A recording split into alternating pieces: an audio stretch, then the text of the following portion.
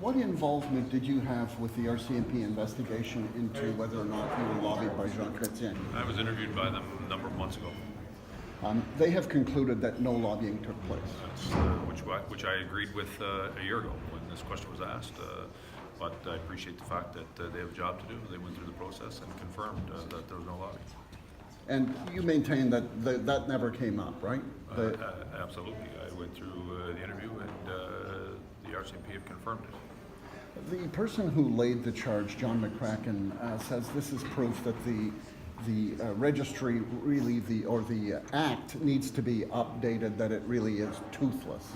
He has no faith in the RCMP. I have lots of faith in them. They investigated the complaint that was provided for them and came to the conclusion that no lobbying had taken place.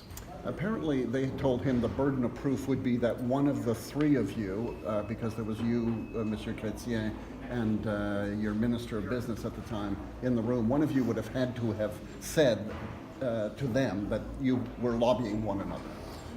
They went through a number of questions with me. I don't even remember if that was one of them, but they certainly asked me a lot of questions.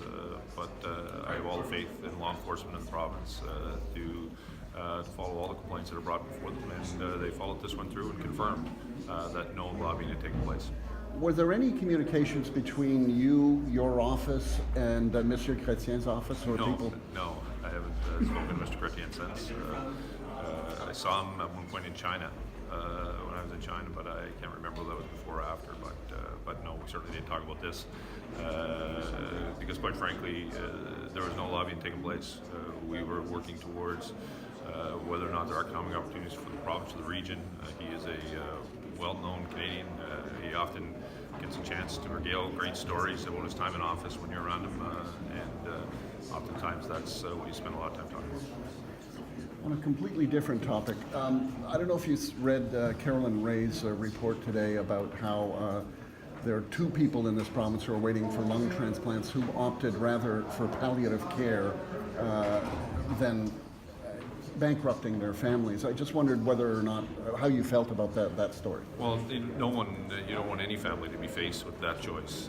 Obviously, the minister is committed to reviewing that. When you look to are there other supports that we can provide, we have taken major steps to support those families, but certainly those are very difficult decisions for people to be making and heart-wrenching, and we want to make sure that we're providing as much assistance as we can to ensure that those families who want to continue to make sure that they're available for that surgery, which only takes place in Eastern Canada, in Toronto, that those who want to do it can do it without putting their families in bankruptcy.